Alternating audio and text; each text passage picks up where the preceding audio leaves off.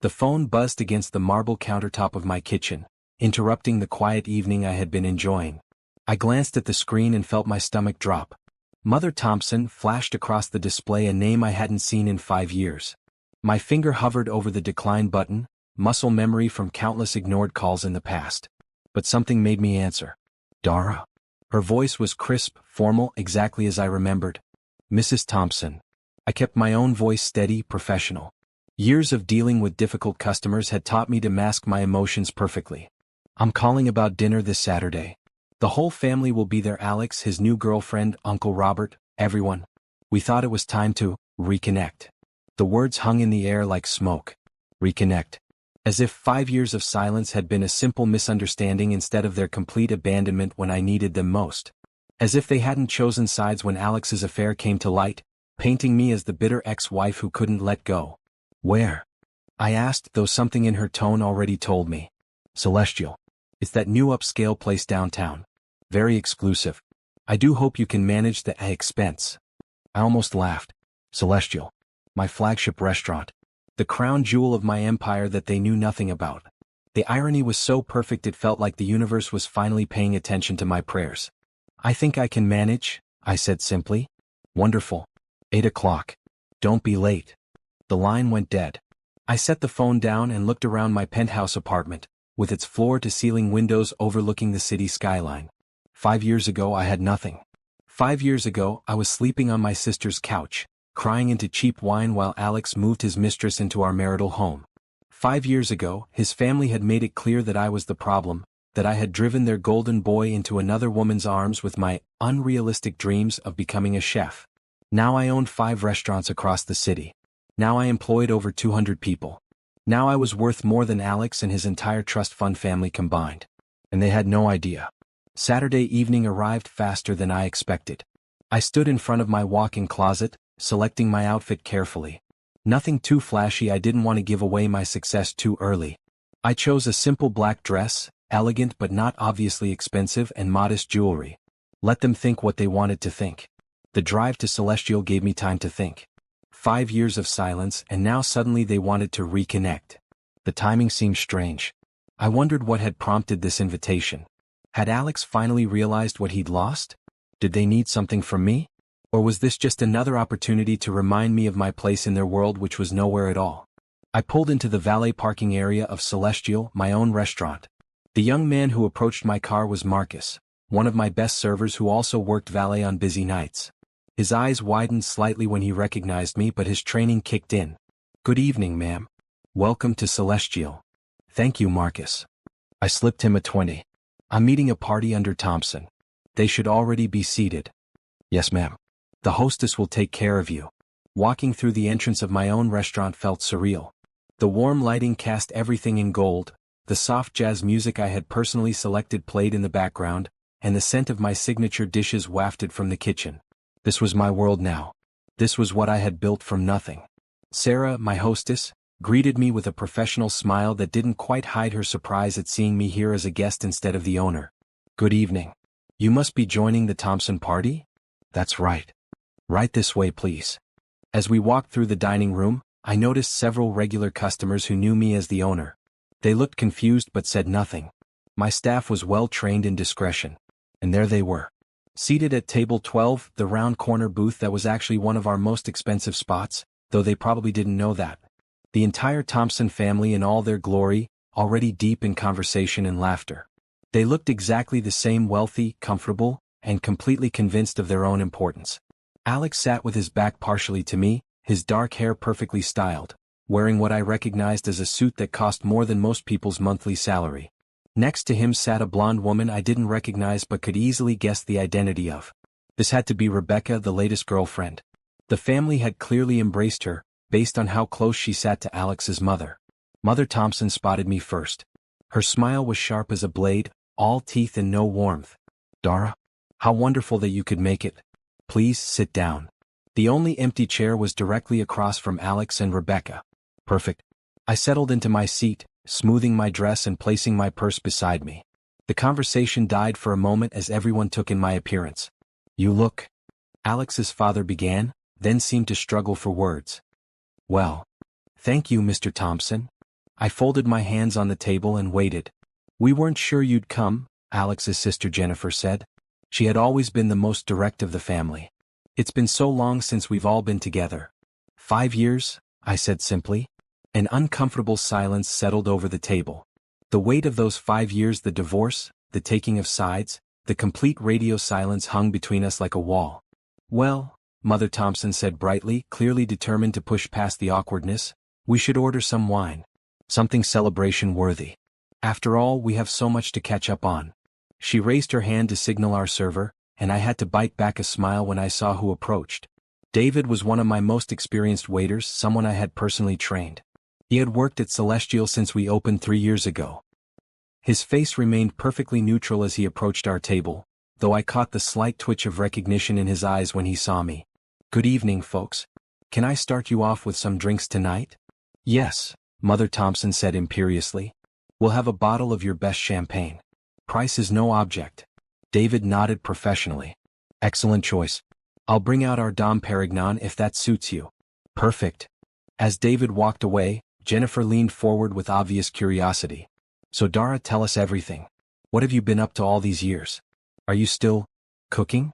The way she said cooking made it sound like a hobby, something cute and quaint that I had outgrown. I could see the expectation in all their faces. They were waiting for me to admit failure, to confess that my dreams had been childish fantasies. "I am," I said simply. "That's nice." Rebecca spoke for the first time, her voice sweet but with an edge underneath. "Alex told me you used to have such big dreams about opening restaurants and things like that. It's good that you found a more realistic path." I tilted my head slightly. "Did I?" The question seemed to catch her off guard. She laughed, a sound like wind chimes that was probably meant to be charming. "Well, I just assumed. I mean, this economy, starting a business is so risky. Smart people play it safe." "Rebecca's in finance," Alex said, speaking directly to me for the first time since I'd sat down.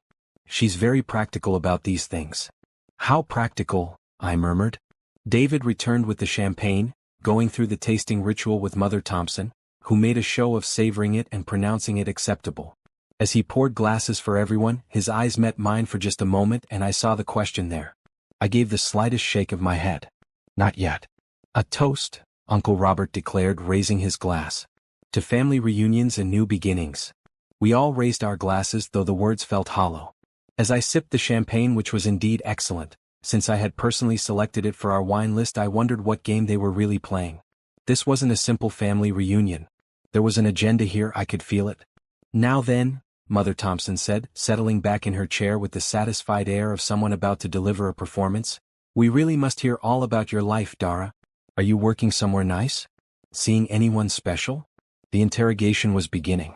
The questions came like gentle probes at first, each one designed to seem caring while actually gathering intelligence.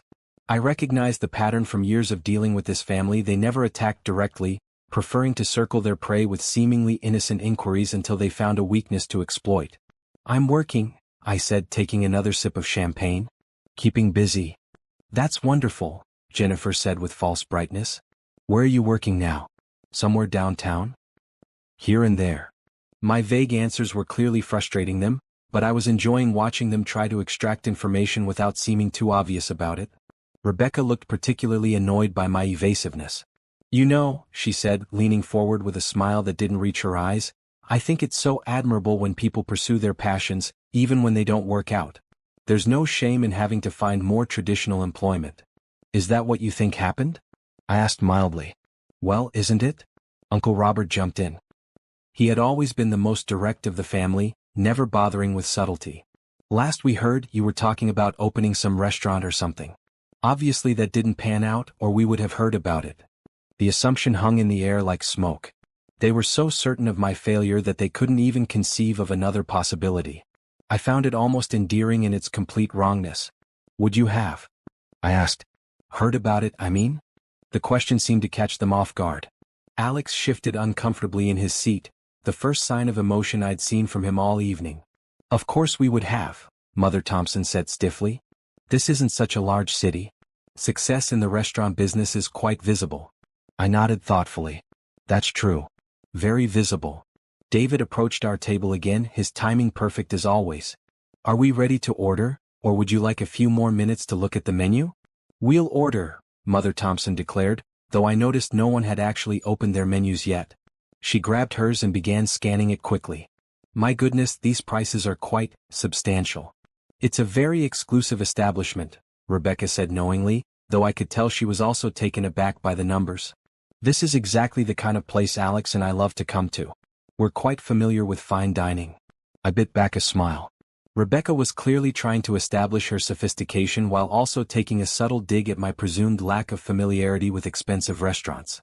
If only she knew she was sitting in my creation, eating food prepared by chefs I had personally trained. The menu looks amazing, Jennifer said, though she was clearly calculating costs in her head. Dara, are you sure you're comfortable with? I mean, this seems quite expensive for someone who's still getting back on their feet. There it was. The first direct jab at my presumed financial situation. I looked around the table at their expectant faces, all waiting to see if I would admit I couldn't afford to eat here. I think I can manage, I said simply. Really? Uncle Robert's eyebrows shot up. Because I have to say, I'm a little surprised. Last time we spoke, you were in quite a difficult situation financially. And that was, 5 years ago? It takes time to rebuild from nothing. Yes, I agreed. It does take time. So what are you doing for work now? Alex asked directly. It was the first real question he'd asked me all evening, and there was something almost desperate in his voice. Seriously, Dara. We're all curious. I studied his face for a moment. He looked older than his 35 years, with lines around his eyes that hadn't been there when we were married. His hair was still perfect, his clothes still expensive, but there was something different about him. Something tired. I cook, I said simply. The table erupted in barely concealed reactions. Jennifer tried to hide her smirk behind her menu. Rebecca's eyes went wide with what looked like pity. Mother Thompson's lips pursed in that particular way that meant she was about to deliver what she considered wisdom. Oh, sweetheart, she said in the tone she might use with a child who had just confessed to believing in Santa Claus. Cooking as a hobby is lovely, but surely you have a real job to pay the bills? Cooking is my real job. As a line cook somewhere? Uncle Robert asked. Or maybe catering. That can be quite profitable if you build up a clientele. Something like that. David cleared his throat politely. Have we decided on appetizers? The family reluctantly turned their attention to ordering, though I could see they were all dying to continue the interrogation. They ordered lavishly oysters, the lobster bisque, truffle-stuffed mushrooms. Everything expensive, everything designed to show off their wealth and sophistication. When David looked at me expectantly, I smiled. I'll have the chef's tasting menu. The words caused a stir around the table. The chef's tasting menu was the most expensive option on our menu, a 7-course journey through our finest dishes that cost more than many people spent on groceries in a month. The chef's tasting menu? Rebecca's voice pitched higher. Are you sure? That's quite ambitious. I'm sure. But Dara, Jennifer leaned forward with fake concern, that's almost $300. Are you certain you can afford that? I met her eyes steadily. Why wouldn't I be able to afford it? The silence that followed was thick with unspoken assumptions. They were all thinking the same thing. How could someone they assumed was struggling financially justify spending that kind of money on a single meal? It's just, Mother Thompson said carefully, we want to make sure you're being responsible with your money, given your situation. What situation is that? I asked. Another uncomfortable silence. They had backed themselves into a corner where they would have to state their assumptions directly, and none of them wanted to be the one to do it. Alex finally spoke up. Come on, Dara. We know things have been tough for you. There's no shame in admitting you're still rebuilding your life. Is that what you think I'm doing? Rebuilding? Aren't you? Rebecca asked pointedly. I mean, after the divorce you lost everything. The house, the savings, the lifestyle you were used to. Starting over from scratch at your age can't be easy. I took a slow sip of my champagne, letting the words settle over the table. She wasn't wrong about the starting over part. I had lost everything in the divorce. What she didn't understand was what I had built from that nothing. You're right, I said finally. I did start over from scratch. The satisfaction that spread across their faces was almost comical. They thought they had gotten me to admit defeat, to acknowledge my reduced circumstances. They had no idea they were about to watch me turn their assumptions inside out. But you see, I continued, setting down my glass with deliberate precision, starting over can be quite liberating. When you have nothing left to lose, you can take risks you never would have considered before. Uncle Robert leaned back in his chair. Risks rarely pay off, my dear. Especially in the restaurant business. Do you know what the failure rate is for new restaurants? Over 80% close within the first year. That's quite a statistic, I agreed. Tell me, Uncle Robert, how familiar are you with the restaurant business? I know enough to recognize a poor investment when I see one. Interesting. And what makes you think I made a poor investment? The question seemed to stump him. He looked around the table for support, but everyone else was equally confused by my continued confidence in the face of their obvious skepticism. Well, he said finally, if you had succeeded, surely we would have heard about it. Success in business isn't something you can hide. Can't you? I asked softly. David returned with our appetizers, presenting each dish with the theatrical flair I had trained him to use. The oysters were arranged like jewels on a bed of ice, the truffle mushrooms glistened with herb oil, and the lobster bisque was presented with a small pitcher of cream that diners could pour themselves for the full effect. These look incredible, Jennifer said, momentarily distracted from the interrogation by the beautiful food. She took a bite of her oyster and her eyes widened. Oh my God, this is amazing. The flavor is so complex. The chef here is quite talented, Mother Thompson agreed, though she said it with the air of someone making a concession. I have to admit, this is exceptional. I watched them eat my food prepared by my chefs in my restaurant, while they speculated about my failures. The irony was so perfect it was almost painful. You know, Rebecca said, delicately dabbing at her lips with her napkin, this really is restaurant-quality food. Not that I'm surprised places like this don't get their reputation by accident. What kind of reputation does this place have? I asked innocently. Oh, it's quite well known, she said with authority. Very exclusive, very high-end. The kind of place you have to book weeks in advance. Alex and I are lucky we were able to get a table. I nodded thoughtfully. How did you manage that? Alex's mother has connections, Rebecca said proudly. She knows how to get into the best places. Mother Thompson preened slightly at the compliment. It's all about who you know in this business. The right connections can open any door. That's very true, I agreed. Connections are everything. As we ate, the conversation continued to dance around the central question they all wanted answered: how was I affording this lifestyle they assumed I couldn't maintain? They probed and hinted and made increasingly obvious comments about the cost of the meal, the exclusivity of the restaurant, the general expenses of living in the city. Through it all, I remained calm and vague, giving them just enough rope to hang themselves with their own assumptions. Each course that arrived made their confusion deeper. If I was struggling financially, how could I order so confidently?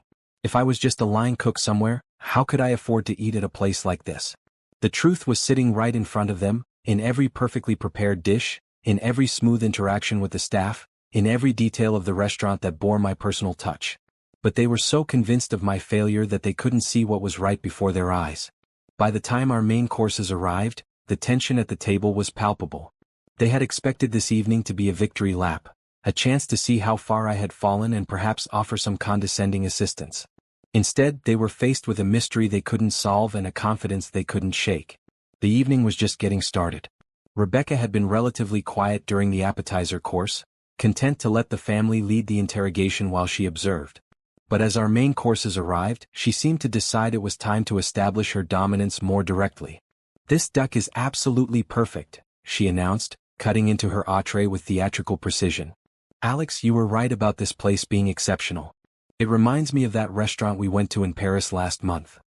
The comment was clearly designed to establish several things at once: her relationship with Alex, their shared travels, and her familiarity with international fine dining.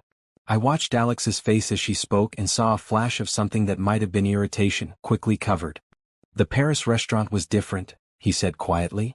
This is more sophisticated. Oh, absolutely, Rebecca agreed quickly, though I could tell she was annoyed at being corrected. I just meant the quality, the attention to detail. You can tell when a kitchen really cares about excellence. I found myself studying Rebecca more carefully as she spoke. She was undeniably beautiful, blonde hair that fell in perfect waves, blue eyes, a figure that spoke of expensive personal trainers and careful diet management. Her dress was designer, her jewelry was real, and her makeup was flawless. She looked exactly like the kind of woman the Thompson family would approve of for their golden boy. But there was something desperate in the way she kept glancing at Alex, seeking his approval for every comment she made. Something insecure in how she emphasized their relationship, as if she needed to constantly remind everyone that she had won the prize. Dara, she said suddenly, turning to me with a bright smile, Alex told me you used to cook for him when you were married. That must have been good practice for your current work. The comment was seemingly innocent, but it carried multiple barbs. It reminded everyone of my former role as Alex's wife, reduced my cooking to domestic duties, and suggested that my current work was somehow lesser than what I used to do. I did cook for Alex, I agreed pleasantly. Among other things. It's so sweet when women enjoy traditional roles like that, Rebecca continued. Though of course in today's world, we have to be practical about career choices too. I imagine it must have been quite an adjustment, going from being a housewife to having to support yourself. The word, housewife, hung in the air like an insult. I had never been a housewife. I had worked throughout my marriage, contributing to our household income while also managing most of the domestic responsibilities. But Rebecca's comment wasn't about accuracy. It was about establishing a hierarchy where she was the successful career woman and I was the displaced domestic. Adjustment can be good, I said mildly. It teaches you what you're really capable of. That's such a positive attitude, Jennifer jumped in, her voice dripping with false encouragement. It's so important to stay optimistic, even when things don't work out the way we planned. What didn't work out? I asked. The question seemed to surprise her. Well, your marriage for one thing. And your restaurant dreams. I mean, we all had such high hopes for you, but sometimes life has different plans. Does it? My continued refusal to acknowledge failure was clearly frustrating them. Uncle Robert set down his fork with more force than necessary. Look, Dara, we're all family here. There's no need to pretend things are better than they are. We know the divorce was hard on you financially. We know your business plans didn't work out. We're not judging you for it. Aren't you? Of course not, Mother Thompson said quickly. Failure is a part of life. The important thing is learning from it and moving forward realistically. What did I fail at? I asked directly. The blunt question seemed to catch them all off guard. They exchanged glances, clearly not expecting me to challenge their assumptions so directly. Your restaurant, Alex said finally. The one you were always talking about opening. You had all those plans, remember? The business proposal you showed me, the location you had picked out, all those recipes you were always testing. I did remember. I remembered staying up late into the night, working on business plans while Alex watched television. I remembered the excitement in my voice when I talked about my dreams, and the polite disinterest in his responses. I remembered how his family had listened to my ideas with the patient smiles adults give to children who want to be astronauts. I remember, I said softly. We all wanted it to work out for you, Rebecca said with mock sympathy. But the restaurant business is so difficult. Most people who try it end up losing everything. Is that what happened to me? Well, didn't it? She asked, confused by my continued questions. I looked around the table at their expectant faces. They were all so certain of my story, the failed entrepreneur who had to abandon her dreams and take whatever work she could find. They had written my narrative without bothering to check if it was true. Tell me, I said, what makes you think I lost everything? Because you disappeared, Alex said, his voice carrying a hint of his old anger. After the divorce you just vanished. No contact, no updates, nothing. People don't do that when they're succeeding. Don't they? No, they don't, Rebecca said firmly. Success is something people want to share. If you had actually managed to open a restaurant, if you were doing well, we would have heard about it. You would have wanted us to know. Would I? The questions were starting to visibly irritate them. Rebecca's perfect smile was beginning to crack around the edges, and Uncle Robert was gripping his knife a little too tightly. This is ridiculous, Jennifer said suddenly. Dara, just tell us what you're doing for work. Are you a server somewhere? A prep cook? There's nothing wrong with honest work, but stop being so mysterious about it. I'm not being mysterious, I said. I told you I cook. Where? Alex demanded. For whom? In what capacity? I took a sip of my wine, a beautiful Bordeaux that I had selected for our wine list after tasting dozens of options, and considered my answer. I cook for people who appreciate good food, I said finally. That's not an answer, Rebecca snapped, her composure finally cracking. Look, we're trying to be nice here, but your evasiveness is getting annoying. We know you're struggling. We know things have been hard. Why can't you just admit it? What would you like me to admit? That you failed, she exploded, then immediately looked embarrassed by her outburst. She glanced around the table, but no one seemed surprised by her reaction. If anything, they looked relieved that someone had finally said what they were all thinking. Failed at what? I asked calmly. Everything. Rebecca said, her voice rising despite her obvious attempts to control it. Your marriage failed. Your business plans failed. Your whole life fell apart, and instead of admitting it and asking for help, you're sitting here pretending everything is fine while ordering food you can't afford at a restaurant you probably can't pronounce the name of." The silence that followed was deafening. Rebecca looked shocked at her own words, her hand flying to her mouth as if she could take them back. The rest of the family looked uncomfortable but not exactly disapproving she had said what they were all thinking. I set down my wine glass with deliberate care and looked around the table at each of them in turn.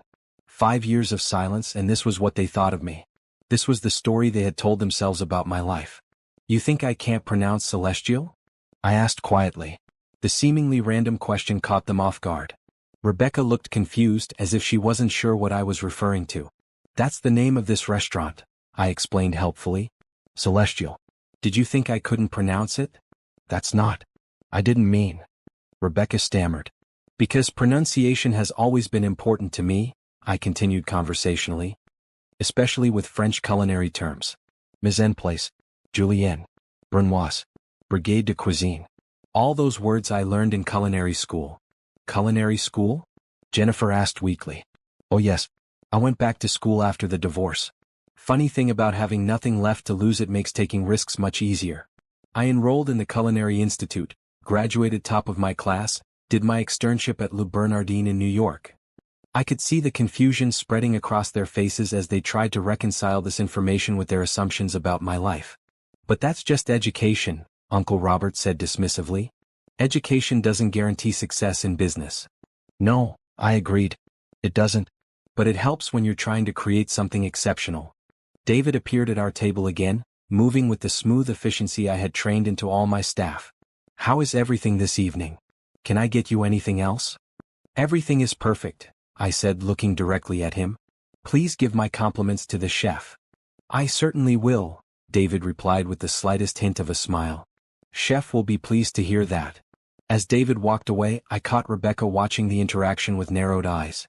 "You seem very comfortable with the staff," she observed. "Do I?" "Yes. Almost like you know them." I smiled. "Maybe I do." The conversation had taken on a surreal quality, with my former family growing more frustrated by my evasiveness while I sat in the middle of my own restaurant, surrounded by my own staff, listening to them debate my failure. But Rebecca's observation about my familiarity with the staff had clearly planted a seed of doubt in her mind, and I could see her starting to put pieces together that didn't quite fit their narrative. "How would you know the staff here?" she asked directly. "I eat out a lot," I said simply. "But this place is nearly impossible to get reservations at," Mother Thompson interjected. "I had to call in several favors just to get us this table tonight." "Did you?" I asked, genuinely curious. "What favors were those?" She looked uncomfortable, as if she had revealed more than she intended. "Well, I have connections in the hospitality industry. People who owe me favors." I nodded thoughtfully. The truth was, we had held the table for her because my assistant had recognized the Thompson name when the reservation came in. I had specifically instructed my staff to accommodate the booking, knowing this evening might be interesting. But Mother Thompson's assumption that she had pulled strings to get us seated was fascinating. "It must be nice to have those kinds of connections," I said. "It is," she agreed, her superiority complex firmly back in place. "In business, it's not what you know, it's who you know." "Is that how you see it?" "Of course. Take this restaurant for example. Do you think it succeeded because of the food alone? Please. There are dozens of talented chefs in this city. The difference between success and failure is backing, connections, marketing, and yes, sometimes luck." I found myself studying her face as she spoke. This was the woman who had raised Alex, who had shaped his values and worldview. This was the woman who had convinced him that my dreams were unrealistic, that my ambitions were naive, that success was only possible through the right connections and family money. "What about hard work?" I asked. "Hard work is admirable," Uncle Robert said condescendingly, "but it's not enough on its own. You can work as hard as you want, but without capital, without connections, without the right background, you'll never compete with people who have advantages." "People like you?" "Well, yes," he said without embarrassment. "We've been fortunate. We understand how business really works."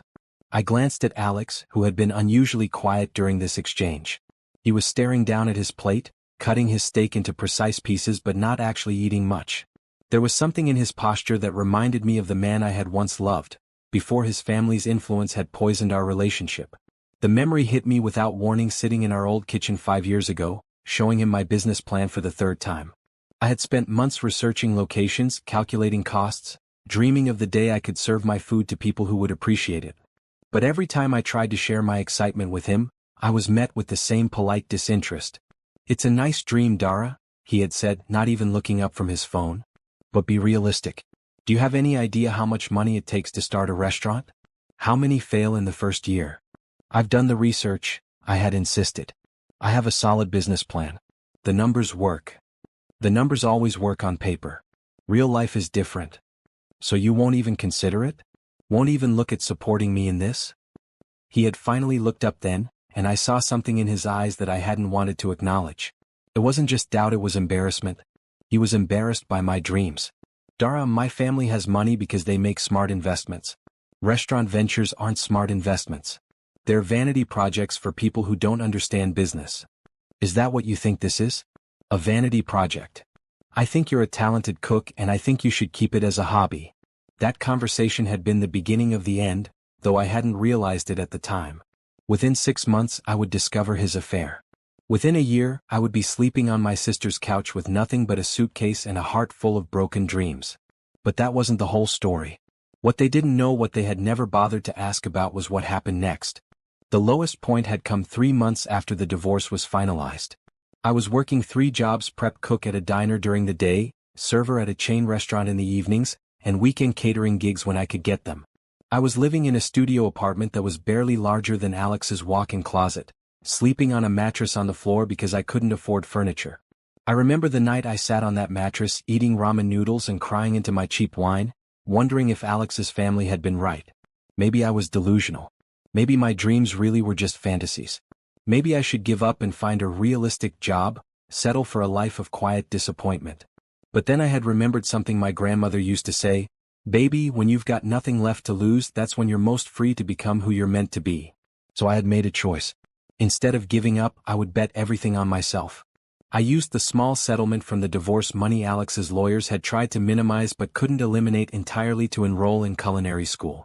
Not just any culinary school, but the best one I could get into.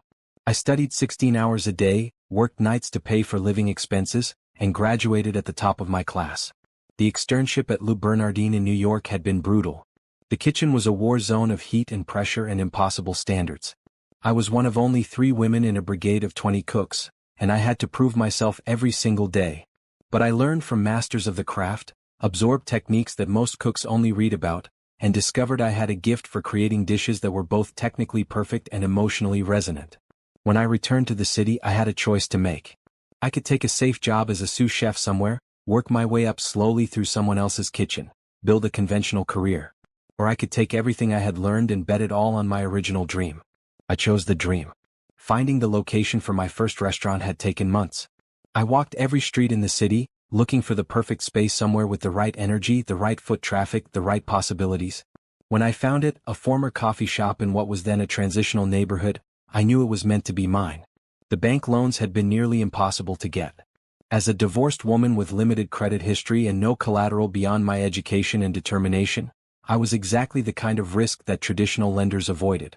But I had learned something important during my time at Le Bernardin. Success in the restaurant business wasn't just about cooking.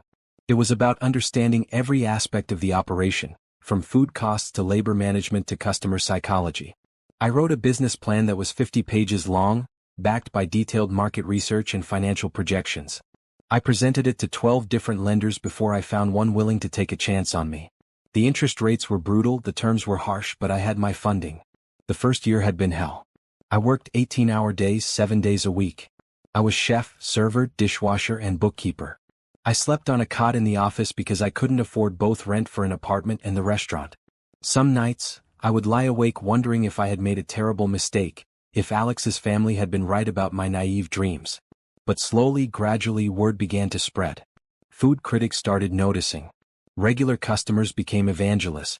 The neighborhood began to change around me, and my little restaurant was part of what was driving that change. By the end of the 2nd year, I was profitable. By the 3rd year, I was planning my 2nd location. Now, 5 years later, I owned 5 restaurants across the city. I employed over 200 people. I had been featured in national food magazines, had celebrity chefs eating at my establishments, had investors begging me to expand to other cities. And Alex's family had no idea. You're awfully quiet, Rebecca said, breaking into my reverie. Are you feeling all right? I blinked, realizing I had been lost in memories while they continued their discussion of my presumed failures. I'm fine, I said. Just thinking about the past. The past can be painful, Mother Thompson said with false sympathy. But it's important not to dwell on what might have been. Better to focus on making the best of your current situation. Is that what you think I should do? I think you should be practical, she said firmly. You're still young enough to build a stable life, but you need to make smart choices. Find a steady job with benefits, maybe meet a nice man who can provide security. Like Alex provides for Rebecca? The question seemed to catch everyone off guard. Rebecca flushed slightly, and Alex looked up from his plate for the first time in several minutes. Alex and I are partners, Rebecca said stiffly. We both contribute to our relationship. That's nice, I said pleasantly. How long have you been together? 2 years, she said proudly. We met at a charity gala. It was so romantic. Alex was there representing his family's foundation, and I was there with my investment firm. We just clicked immediately. A charity gala, I repeated. How lovely. Which charity? Rebecca looked momentarily flustered. It was, well, there were several organizations being honored that night. It was one of those multi-charity events. I nodded politely, though I noticed she hadn't actually answered my question.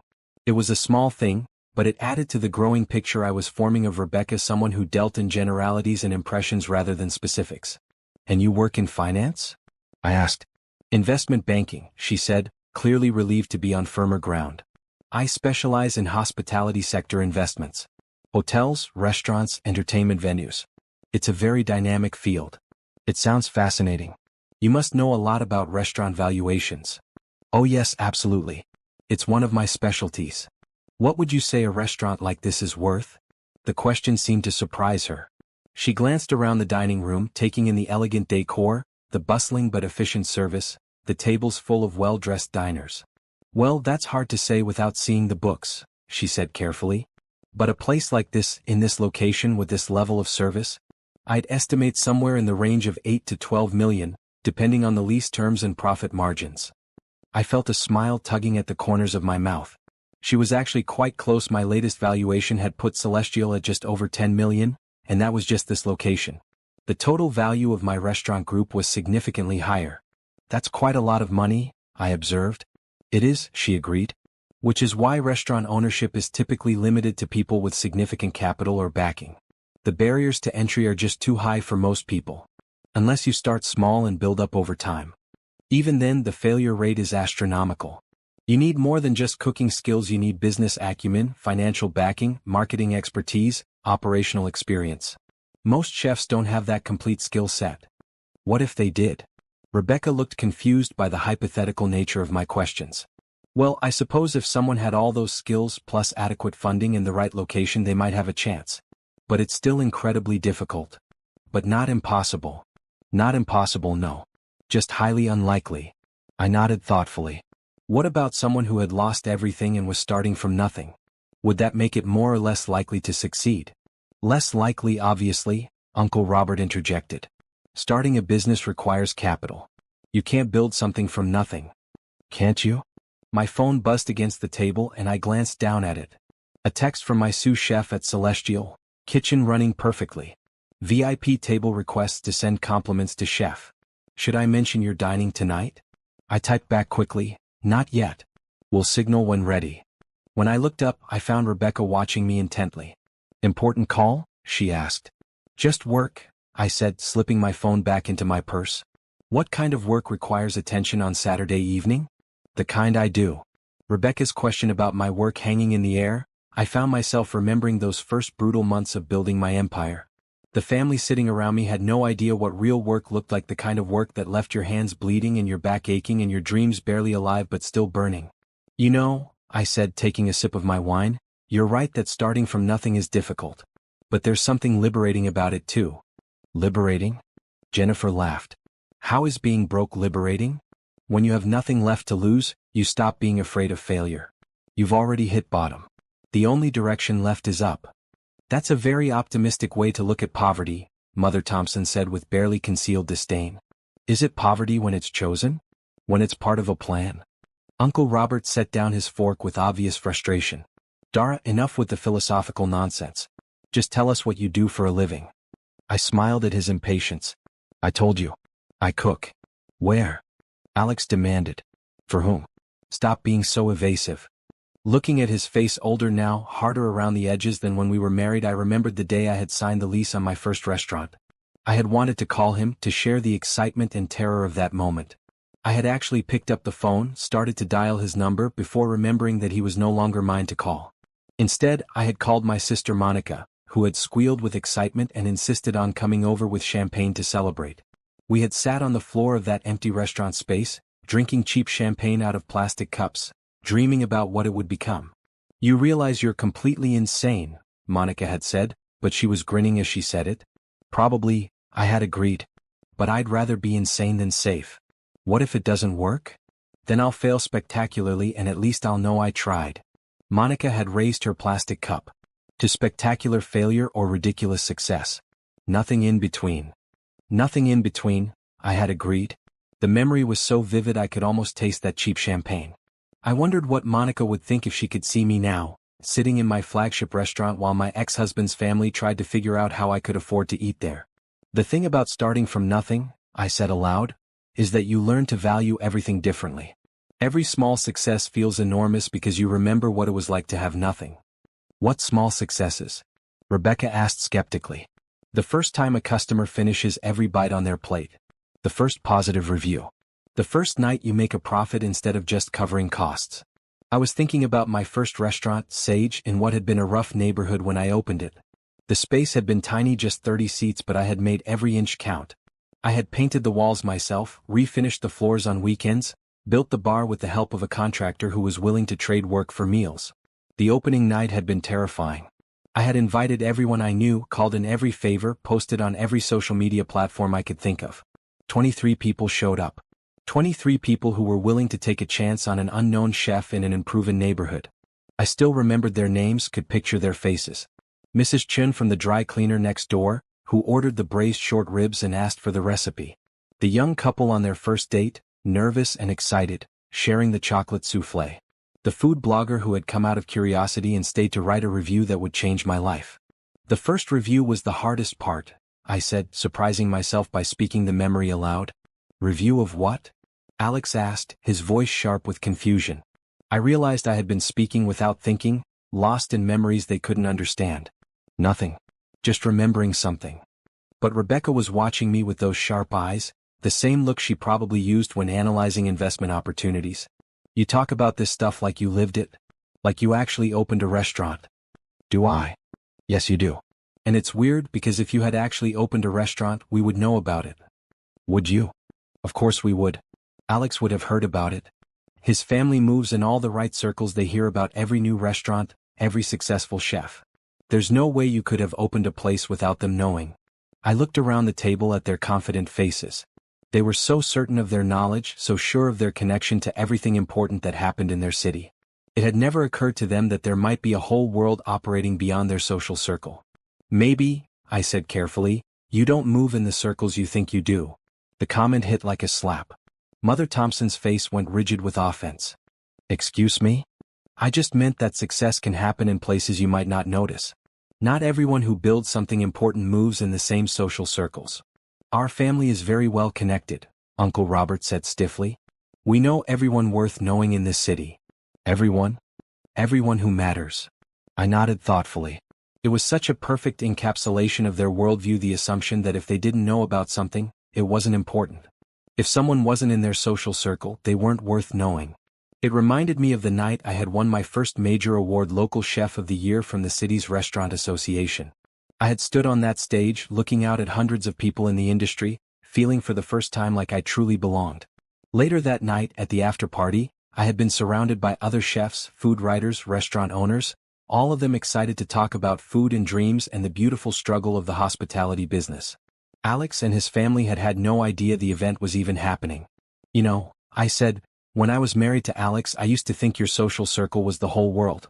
I thought if you all didn't approve of something, it wasn't worth doing. The past tense seemed to catch their attention. They all looked slightly uncomfortable, as if I had violated some unspoken rule by directly referencing our shared history. We only wanted what was best for you, Mother Thompson said carefully.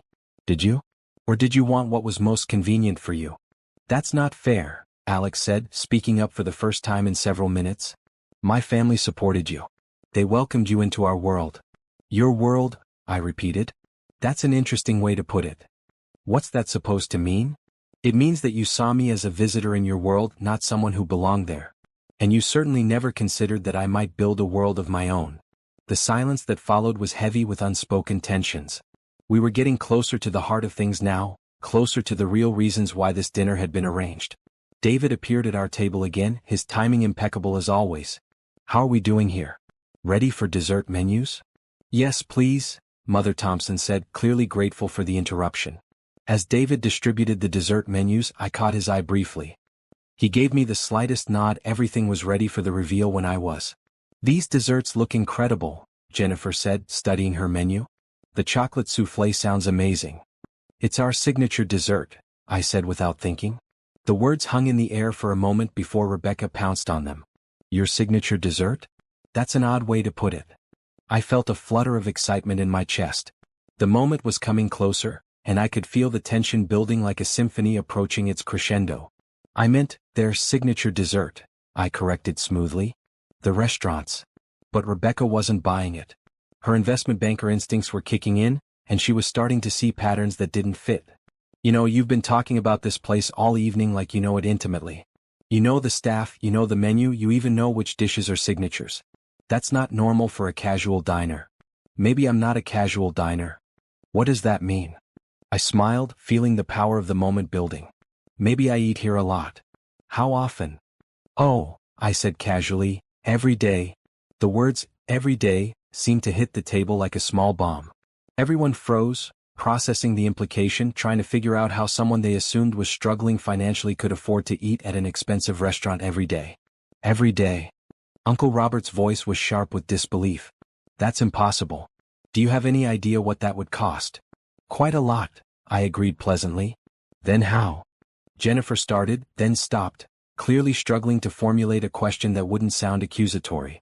Rebecca had no such hesitation. Okay, this is ridiculous. Nobody eats at a place like this every day unless they're independently wealthy. What aren't you telling us? I took a sip of my wine, savoring both the excellent vintage and the moment. What would you like me to tell you? The truth. Alex's voice was louder than he had probably intended, drawing glances from nearby tables. He looked embarrassed and lowered his voice. Just tell us the truth, Dara. What's really going on with you? What do you think is going on? I think, Rebecca said slowly, her analytical mind working through possibilities, that either you're lying about eating here every day or you've come into money somehow. Inheritance? Settlement? New boyfriend with deep pockets. The suggestions were revealing. In their world, the only way someone like me could afford luxury was through luck or dependence on someone else. The possibility that I had earned it myself didn't even occur to them. No inheritance, I said. No boyfriend. No settlement beyond what I got in the divorce. Then how? Mother Thompson demanded. How can you possibly afford to eat at a place like this every day? I looked around the table at their frustrated faces. They had come here expecting to see a broken woman, someone they could pity or feel superior to. Instead, they were confronted with a mystery they couldn't solve, confidence they couldn't shake. Maybe, I said carefully, I get a discount. A discount? Uncle Robert laughed harshly. What kind of discount? A very good one. From who? Are you sleeping with the manager? The crude suggestion hung in the air like smoke. I felt my smile falter for just a moment, reminded of how quickly they defaulted to the assumption that any success I might have must come through relationships with men rather than my own abilities. No, I said quietly. I'm not sleeping with the manager. Then what kind of discount could you possibly get that would make eating here every day affordable? I was quiet for a long moment, letting the question settle over the table. This was at the moment I had been building toward all evening. The moment when their assumptions would collide with reality. The kind of discount, I said slowly, that an owner gives herself. The silence was deafening. I watched their faces as the words registered, as they tried to process what I had just said. Confusion first, then disbelief, then a desperate scramble to make sense of information that didn't fit their worldview. Owner? Rebecca's voice was barely a whisper. Owner, I confirmed. Owner of what? Alex asked, though I could see in his eyes that he was starting to understand. This restaurant. Celestial. The explosion of reactions was immediate and overlapping. Jennifer's gasp of shock, Uncle Robert's bark of disbelief, Mother Thompson's sharp intake of breath. Rebecca went completely white, her hand flying to her throat as if she couldn't breathe. But it was Alex's reaction that interested me most.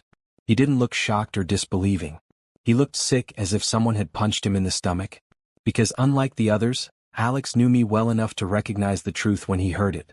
"That's impossible," Uncle Robert said, his voice shaking with anger. "You're lying." "Am I?" "Yes. You lost everything in the divorce. You had nothing.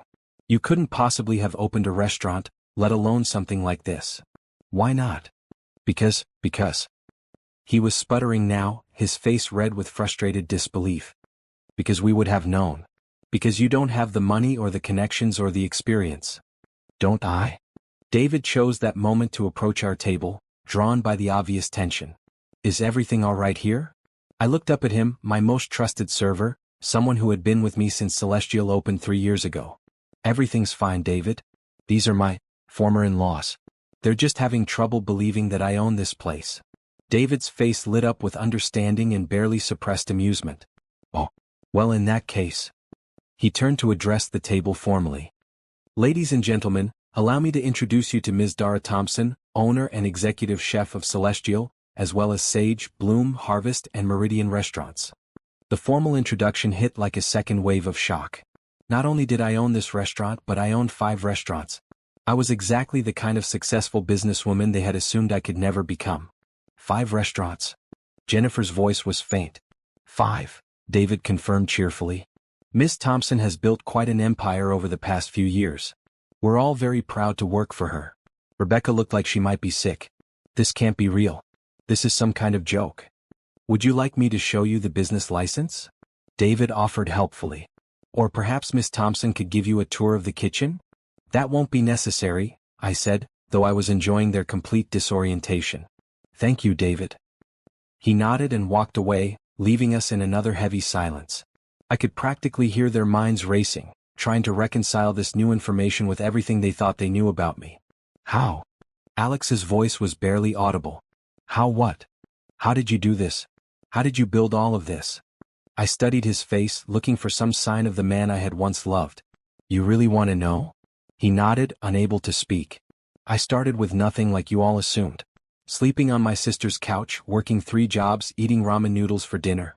But instead of staying there, instead of accepting that as my permanent situation, I decided to bet everything on myself." "But the money," Mother Thompson said weakly. "Where did you get the money to start?" "The divorce settlement. The same money your lawyers tried to minimize. I took every penny and invested it in culinary school, then used my education and experience to convince lenders to take a chance on me." "Lenders don't give money to people with no collateral," Uncle Robert protested. "They do if you have a solid business plan and the determination to make it work. It took 12 rejections before I found someone willing to bet on me, but I only needed 1 yes. I watched them process this information, saw the exact moment when they realized what it meant. I hadn't just succeeded despite their doubts, I had succeeded specifically because I had stopped listening to their doubts." "The first restaurant was tiny," I continued. 30 seats, no reservations, cash only at first. I worked 18-hour days, 7 days a week. I was chef, server, dishwasher, and bookkeeper. Some nights I slept on a cot in the office because I couldn't afford both rent and the restaurant expenses." "Why didn't you ask for help?" Alex asked quietly. The question was so naive it almost made me laugh. "From who? From the family that told me my dreams were unrealistic? From the husband who was embarrassed by my ambitions? From the people who assumed I would fail before I even started?" He flinched as if I had slapped him. "But you know what the beautiful thing was?" I continued. "When you have nothing, when you're truly alone, you discover what you're really capable of. You stop waiting for permission from other people to pursue your dreams." "How long?" Rebecca asked suddenly. "How long have you owned this place?" 3 years. Celestial was my 4th restaurant. I opened it after Sage, Bloom, and Harvest were all successful. 3 years, she repeated. "We've been together for 2 years, Alex. She's owned this place longer than we've been dating." The implication hung in the air. While Alex was moving on with his new life, assuming his ex-wife was struggling to survive, I was building an empire. While his family was crafting a narrative about my failures, I was succeeding beyond their wildest dreams. You let us think you were failing, Jennifer accused. I didn't let you think anything, I replied calmly. You never asked. You assumed and I didn't correct your assumptions. But why? Why didn't you tell us? I looked around the table at their shocked, confused faces. Because I didn't need your approval anymore. Because I learned that success doesn't require an audience. Because proving myself to you was never the point. The truth of those words settled over the table like a heavy blanket. This dinner wasn't about reconnecting or catching up.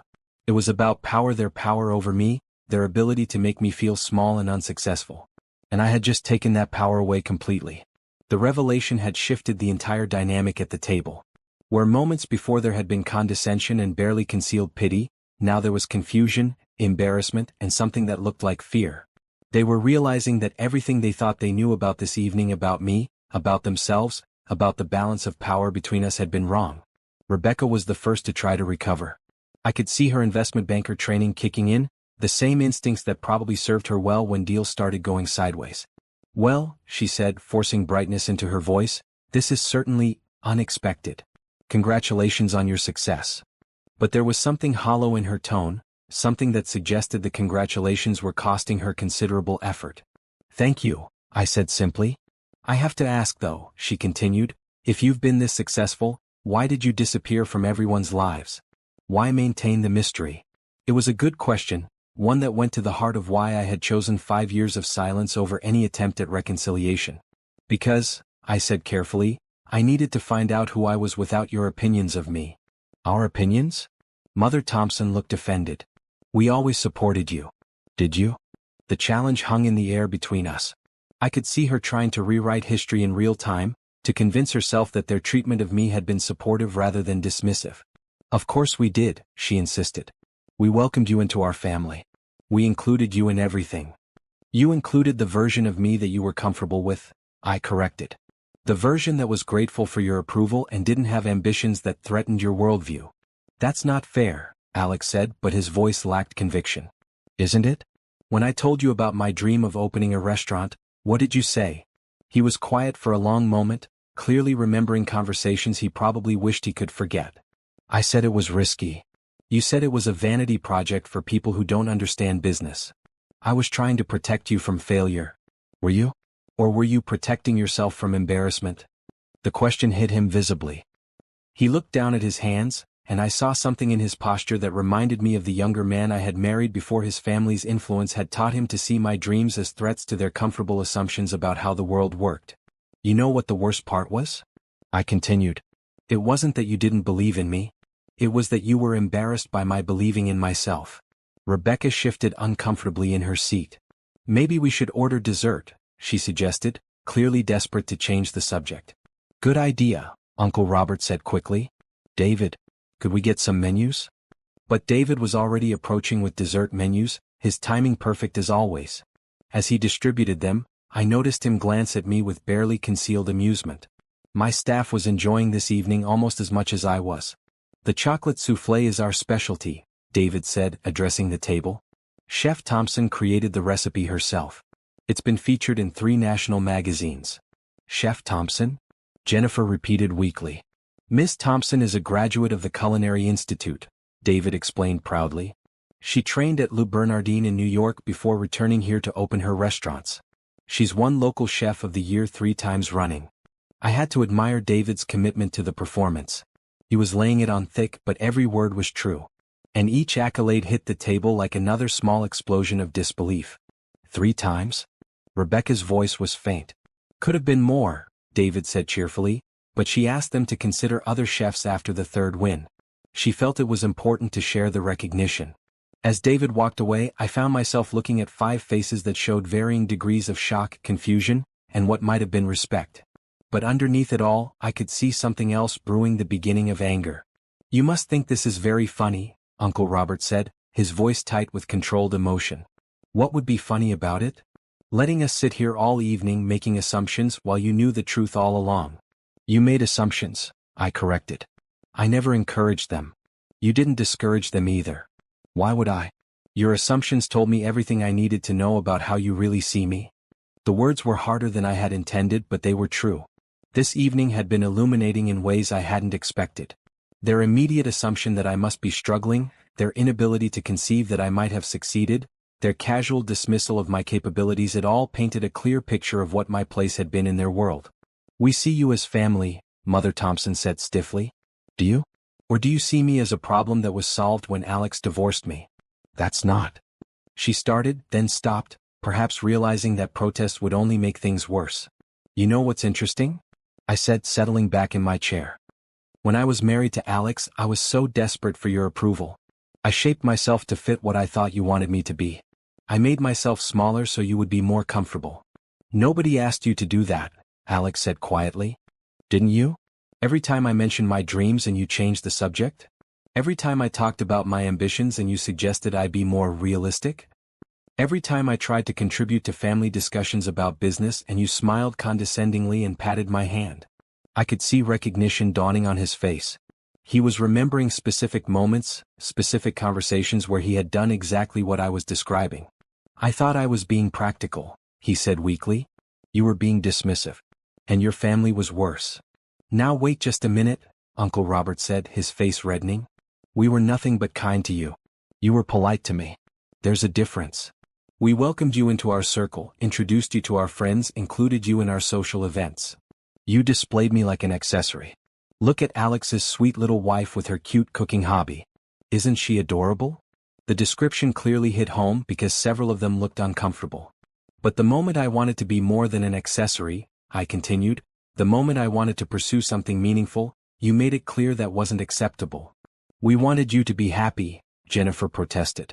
"You wanted me to be grateful. And quiet. And safely contained within the boundaries you set for what my life should look like." Rebecca had been unusually quiet during this exchange, but now she leaned forward with a calculating expression. "If you've been this successful for years," she said slowly, "why agree to this dinner? Why come here tonight and let us? Why put yourself through this?" It was the smartest question anyone had asked all evening. Rebecca might be many things, but she wasn't stupid. She could see that this entire evening had been orchestrated, that I had chosen to come here, to this specific restaurant, knowing exactly what would unfold. "That's a very good question," I said. "So what's the answer?" I looked around the table at their expectant faces.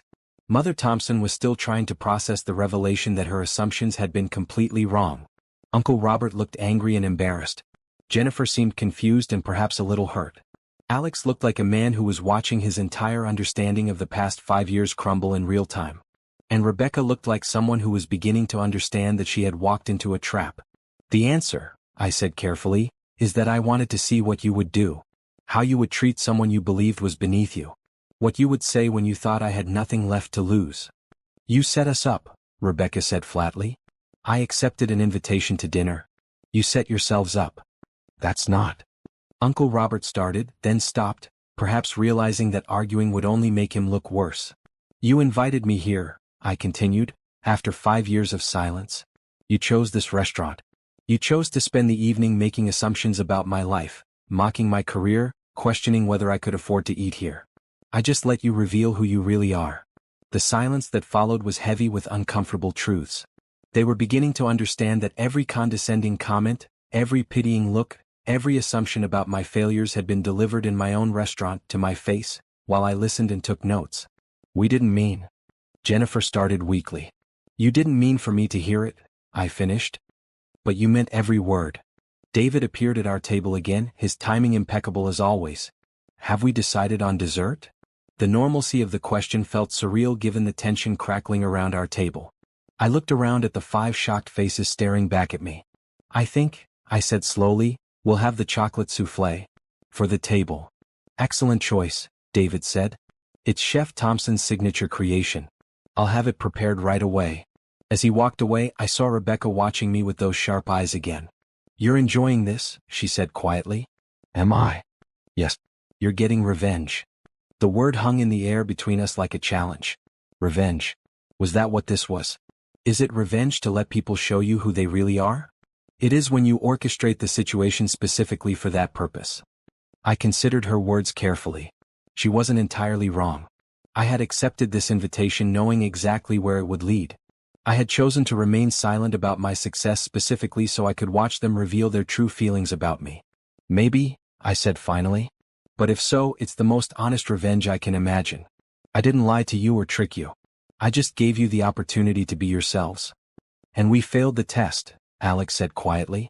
I really looked at him for the first time all evening. There was something broken in his expression, something that looked almost like grief. Did you? I asked. Didn't we? We spent the entire evening assuming you were struggling, mocking your career choices, questioning whether you belonged here. We were. He paused, struggling with the words. We were cruel. Yes, I said simply. You were. The admission seemed to hit him like a physical blow. He leaned back in his chair, running his hands through his hair. I don't understand, Mother Thompson said suddenly. If you've been so successful, why not tell us? Why maintain the estrangement? We could have celebrated your achievements, supported your business. I almost laughed at the suggestion. Could you have? Really? Of course. Then why didn't you celebrate them when they were just dreams? Why didn't you support them when they were just possibilities? The question silenced her. Because we all knew the answer. They hadn't supported my dreams because they hadn't believed in them. They hadn't celebrated my ambitions because they had been embarrassed by them. People change, Jennifer said hopefully. We could change. Could you? I asked. Or would you just want to claim credit for my success now that it's undeniable? The accusation hung in the air like smoke. I could see them trying to formulate denials, but the words wouldn't come. Because somewhere deep down they knew I was right. The chocolate soufflé arrived with the kind of theatrical presentation I had personally designed. David wheeled over a small cart with the soufflé in its ramekin, still puffed and golden from the oven, accompanied by a small pitcher of warm chocolate sauce and a bowl of fresh whipped cream. Ladies and gentlemen, David announced with pride, Chef Thompson's signature chocolate soufflé with Madagascar vanilla bean sauce and hand-whipped cream. He served it with careful ceremony, spooning the dessert onto individual plates and drizzling the sauce with artistic flourish. The aroma that rose from the warm chocolate was intoxicating, rich and complex, with hints of espresso and a touch of sea salt that elevated the entire experience. I watched their faces as they took their first bites. Despite everything that had happened this evening, despite the tension and revelations and uncomfortable truths, the soufflé was perfect. Light as air but intensely chocolatey, with a texture that melted on the tongue and flavors that built and evolved with each bite. Oh my God, Jennifer whispered. This is incredible. It's the best dessert I've ever had, Rebecca admitted reluctantly, as if the words were being pulled from her against her will. Uncle Robert said nothing, but I watched him close his eyes as he savored another spoonful, the expression on his face one of pure culinary bliss. You created this? Alex asked quietly. I did. He struggled for words. It's extraordinary. I felt a flutter of the old pride, the same feeling I got every time someone truly appreciated my food. It was the reason I had become a chef in the first place, not for money or recognition, but for these moments when food became a bridge between souls. Thank you, I said simply. We ate in relative silence for several minutes, the dessert creating a temporary truce in the emotional battlefield our table had become. But I could feel the tension building again, questions and realizations simmering just beneath the surface. Finally, Rebecca set down her spoon and looked directly at me. I need to ask you something, she said. Go ahead. This whole evening, it wasn't just about letting us reveal ourselves, was it? You had another purpose. I admired her perceptiveness. She was putting together pieces that the others were still struggling to see. What makes you think that? Because you're too smart to waste an entire evening just to prove a point. And because... She paused, studying my face. Because there's something you want from us. Something you need to say or do to close this chapter of your life. She was partially right. There was something I needed from this evening, though it wasn't what she was imagining. What do you think I want? I asked. I think you want us to apologize. To acknowledge what we did wrong, how we failed you. I think you want closure. Do I? Don't you? I considered her question carefully. Did I want an apology? Would it mean anything if they offered one now, when my success was undeniable? Would sorry words change the years of doubt and dismissal I had endured? I think, I said slowly, that apologies only matter when they come from understanding, not from being caught. What does that mean? It means that if you apologize now, it's because you've been proven wrong, not because you understand what you did wrong. The distinction was important and I could see them struggling with it. An apology motivated by embarrassment was worthless. An apology motivated by genuine understanding of harm caused might have value. Then what do you want? Alex asked desperately. Tell us what you want, Dara. Tell us how to make this right. I looked at him, my former husband, the man I had once loved more than my own dreams, and felt a mix of sadness and something that might have been pity. I don't want you to make it right, Alex. I want you to understand that it can't be made right. Why not? Because the damage wasn't just in what you said or did. The damage was in what you believed about me. And beliefs like that don't change just because you're confronted with evidence that contradicts them. That's not true, Mother Thompson protested. We can learn. We can grow. Can you? Then tell me, what did you learn tonight? The question caught her off guard. She opened her mouth to respond, then closed it, clearly struggling to articulate an answer. I learned that I was wrong about your capabilities, she said finally.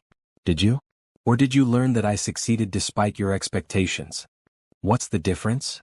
The difference is that one suggests you understand I was always capable of this success. The other suggests you think I got lucky. The distinction silenced her. Because the truth was, they still couldn't quite believe that the woman they had dismissed so easily had built something this substantial. Part of them was still looking for external explanations, luck, help from others, some factor that would make my success less threatening to their worldview. I excused myself from the table, ostensibly to visit the restroom but actually to check on the kitchen.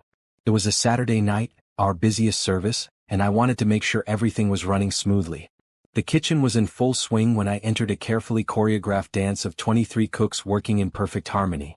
The sound was a symphony I had learned to read like music. The sizzle of proteins hitting hot pans, the rhythmic chopping of vegetables, the controlled chaos of orders being called and confirmed. My sous chef, Maria, looked up from the pass where she was plating entrees. How's the show going? She asked with a grin.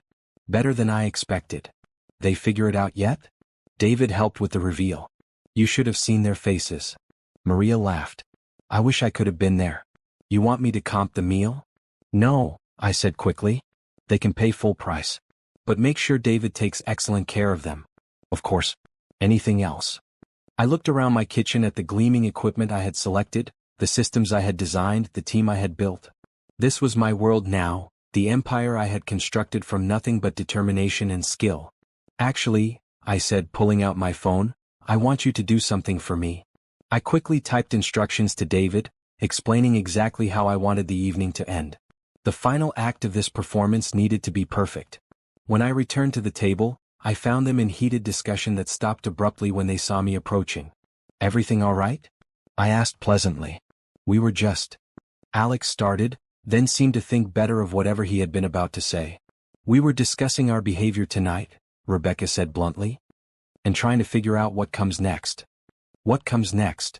Between us, this family. Whether there's any possibility of. She struggled for words. Of rebuilding bridges. I settled back into my chair and looked around the table. They were all watching me expectantly, as if my answer would determine something important about their own futures. Do you want to rebuild bridges? I asked. Yes, Alex said immediately. Why? The simple question seemed to stump him. He opened his mouth, closed it, looked around the table for support. Because we're family, Mother Thompson said firmly. Are we? We were family. We could be again. Based on what? What's changed that would make a relationship between us possible now when it wasn't before? The question hung in the air unanswered. Because the truth was, nothing fundamental had changed. They hadn't evolved or grown or developed new perspectives. They had simply been confronted with evidence that their assumptions about me were wrong. I'm different now, Alex said quietly. This evening, seeing what you've accomplished, understanding how wrong we were, it's changed something in me. Has it? Or are you just embarrassed by how you look right now? Both, he admitted. But the embarrassment is making me see things I was blind to before. I studied his face, looking for signs of genuine understanding versus mere regret at being caught. What things? How dismissive I was of your dreams. How I let my family's opinions override my respect for your abilities. How I... He paused, struggling with the words. How I was ashamed of your ambitions because they made me feel small. The admission was more honest than I had expected. It suggested a level of self-awareness that gave me hope he might actually understand what had gone wrong between us. And what would you do differently? I asked. I would believe in you, he said immediately. I would support your dreams instead of discouraging them. I would stand up to my family when they undermined you. Would you? Or would you just be more careful about how you expressed your doubts? The question visibly frustrated him. I don't know how to prove to you that I've learned something real here. You can't, I said simply. And that's the point. David approached our table carrying a leather folder the check. But instead of simply placing it on the table, he addressed the group formally. Ladies and gentlemen, it's been our pleasure serving you this evening. Miss Thompson has asked me to inform you that your meal tonight has been complimentary. The announcement sparked immediate protests from around the table. That's not necessary, Mother Thompson said quickly. We can pay for our own dinner, Uncle Robert added stiffly. But David continued as if they hadn't spoken. She's also asked me to let you know that while you're welcome to finish your wine and dessert, she'll be leaving shortly to check on her other restaurants. The message was clear. The evening was ending on my terms, not theirs. I was the one with places to be, responsibilities to attend to, a successful business empire that demanded my attention. Wait, Alex said desperately. Don't go yet. We haven't finished talking. Haven't we? I asked. What else is there to say? We need to figure out where we go from here. I stood up slowly, smoothing my dress and gathering my purse. We don't go anywhere from here, Alex. We're exactly where we've always been, living separate lives in separate worlds. But now we know, Rebecca said. Now we understand what you've accomplished. Doesn't that change things? I looked down at her, this woman who had replaced me in Alex's life and his family's affections. She looked genuinely confused, as if she couldn't understand why success wouldn't automatically repair all the damage that had been done. No, I said gently. It doesn't change anything. Because respect that only comes after proof isn't really respect at all. Standing beside the table, looking down at 5 faces that showed varying degrees of shock, confusion, and desperation, I felt a strange sense of completion. This evening had accomplished exactly what I had hoped it would, not revenge in the traditional sense, but something more valuable. Clarity. Dara, please. Alex stood up, his chair scraping against the floor. Don't leave like this. Give us a chance to make things right. How? I asked simply. How would you make things right? We could support your restaurants. Bring our friends, recommend them to our networks. The offer was so perfectly tone-deaf that I almost smiled. Even now, even after everything, they still thought in terms of what they could do for me rather than examining what they had done to me. I don't need your support, Alex. My restaurants are booked solid for months in advance. We turn away more customers than we can accommodate. Then what do you need? The question hung in the air between us, heavy with 5 years of silence and misunderstanding. I don't need anything from you, I said quietly. That's what I've spent the last 5 years learning. Mother Thompson stood up as well, her face flushed with what looked like anger mixed with embarrassment. This is all very dramatic, Dara, but I think you're being unfair. Yes, we made assumptions tonight. Yes, we were surprised by your success. But that doesn't make us terrible people. Doesn't it? No, it doesn't. It makes us human.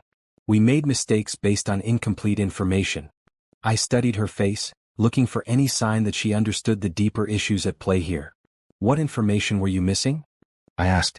Well, we didn't know about your restaurants, obviously. What else? She looked confused by the question. What do you mean, what else? You say you made mistakes based on incomplete information. The information you were missing wasn't just about my restaurants. What else didn't you know? I could see her struggling with the question, not understanding what I was getting at. You didn't know that I had worth beyond what you could see, I explained gently. You didn't know that my dreams had value even when they were still dreams. You didn't know that I deserved respect for my potential, not just my proven achievements. The words hit their target. I could see understanding dawning on several faces around the table. That's what you missed, I continued. Not the facts about my success, but the fundamental truth that I was worthy of respect and support even when I had nothing to show for it but ambition and hope. Uncle Robert had remained seated throughout this exchange, but now he looked up at me with something that might have been genuine remorse. You're right, he said quietly. We failed you long before tonight. The admission surprised me. Of all of them, I had expected Uncle Robert to be the most resistant to acknowledging any wrongdoing. Yes, I said simply. You did. Is there any way to earn forgiveness for that? The question was so earnest, so stripped of the arrogance he had displayed all evening, that I felt my heart soften slightly. I don't know, I answered honestly. Forgiveness isn't something you earn. It's something someone chooses to give. And have you chosen? I looked around the table at all of them, the family that had once been mine, the people who had shaped so much of my adult life through both their presence and their absence. I've chosen to let go of anger, I said carefully. But that's not the same thing as forgiveness, and it's definitely not the same thing as forgetting. Rebecca, who had been uncharacteristically quiet during this exchange, suddenly spoke up. "What about Alex?" she asked. "What about us?" I looked at her with genuine curiosity. "What about you?" "He's in love with you." The words hit the table like a bomb. Alex went white, his mouth falling open in shock. The rest of the family looked equally stunned. "Rebecca." Alex started. "No," she said firmly, standing up and grabbing her purse. "I'm not going to sit here and pretend I don't see what's happening. I'm not going to compete with a ghost." "You're not competing with anyone," Alex protested weakly. "Aren't I? You've spent 2 years comparing me to her. Every time I cook, every time I express an opinion about business, every time I show any kind of ambition, I can see you measuring me against your memory of her." The accusation hung in the air, heavy with its implications. I found myself studying Alex's face, looking for confirmation or denial. "That's not true," he said, but his voice lacked conviction. "It is true," Rebecca said, her voice breaking slightly. "And tonight, seeing her like this, seeing what she's accomplished, I finally understand why I never measured up." She turned to look at me directly, and I was surprised to see tears in her eyes. "I spent this whole evening trying to diminish you," she said. "Not because I thought you were a failure, but because I was terrified you weren't. Because I knew that if Alex saw you successful and confident and amazing, he would realize what he gave up." The honesty was unexpected and devastating. I felt a stab of sympathy for this woman who had been caught in the middle of something she didn't fully understand. "Rebecca," I started. "No, it's okay," she said, wiping her eyes. "I needed to say it. And I needed to hear myself say it to understand how pathetic I've been." She gathered her things and stood to leave, then paused and looked back at Alex. "She's everything you said she was and more. But she's also right. Respect that only comes after proof isn't real respect. You had your chance to believe in her when she needed you to, and you chose your family's opinions over your wife's dreams." With that, she walked away, leaving the rest of us in stunned silence. Alex sank back into his chair, looking like a man who had just watched his life implode in real time. "She's wrong," he said quietly, but I could hear the doubt in his voice. "Is she?" He looked up at me with eyes that were bright with unshed tears. "I don't know.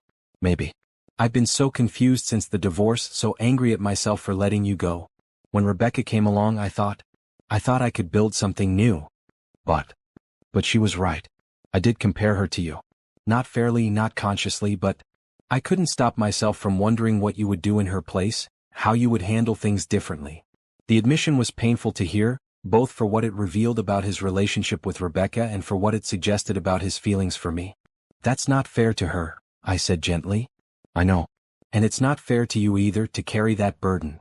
I looked at this man I had once loved, this man who had broken my heart and shaped my determination in equal measure, and felt a complex mix of emotions I couldn't quite name.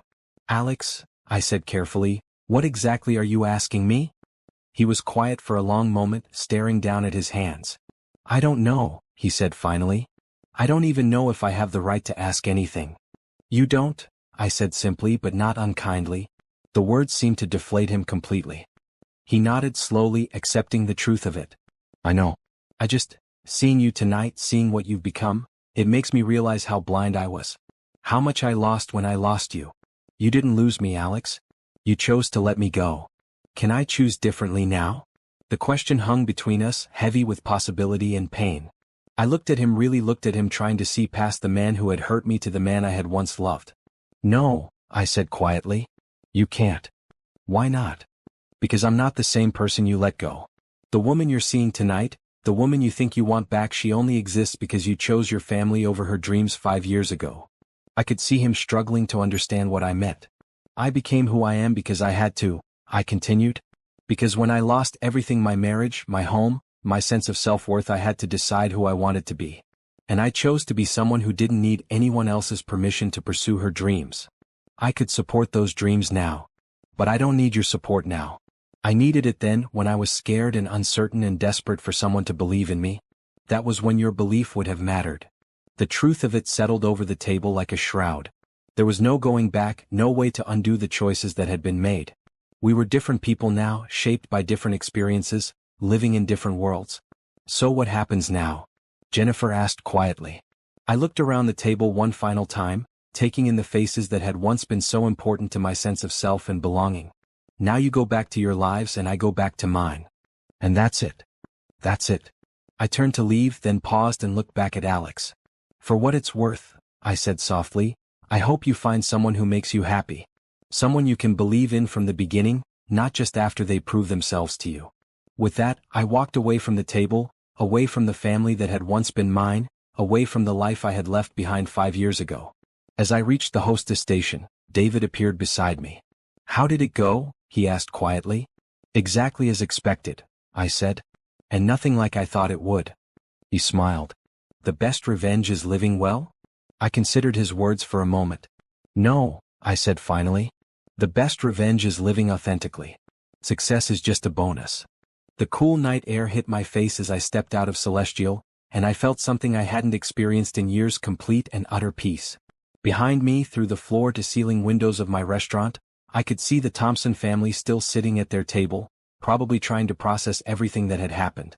I had parked 3 blocks away, giving myself time to walk and think after the dinner ended. As I made my way down the sidewalk, past other restaurants and bars filled with Saturday night crowds, I found myself reflecting on the evening's events. It hadn't gone exactly as I had imagined it would. When Mother Thompson had first called with the dinner invitation, I had pictured a more dramatic confrontation, perhaps a moment of theatrical revelation where I would stand triumphant while they groveled for forgiveness. The reality had been more complex, more nuanced, and ultimately more satisfying. My phone buzzed with a text message. I pulled it out, expecting to see something from one of my other restaurants, but instead found a message from an unknown number. This is Rebecca. I got your number from Alex's phone. I wanted to thank you for tonight. Not for what you did to us, but for what you showed me about myself. I deserved better than being someone's consolation prize, and you helped me see that. I hope you continue to find success and happiness. I stared at the message for a long moment, surprised by its grace and self-awareness. Rebecca had clearly learned something important tonight, and I found myself hoping she would use that knowledge to build something better for herself. I typed back, "You did deserve better. I hope you find it." Another text came in immediately, this one from Alex. "Can we talk? Please?" I stared at the message for several seconds before deleting it without responding. There was nothing left to say between us, nothing that would benefit either of us. He would have to find his own way forward, just as I had. My car was parked in front of Sage, my first restaurant, and I paused for a moment to look through its windows. Even though it was after 10 on a Saturday night, there were still a few tables occupied, couples lingering over wine and dessert, friends celebrating special occasions. This little 30-seat restaurant had started everything, had been the foundation for the empire I had built.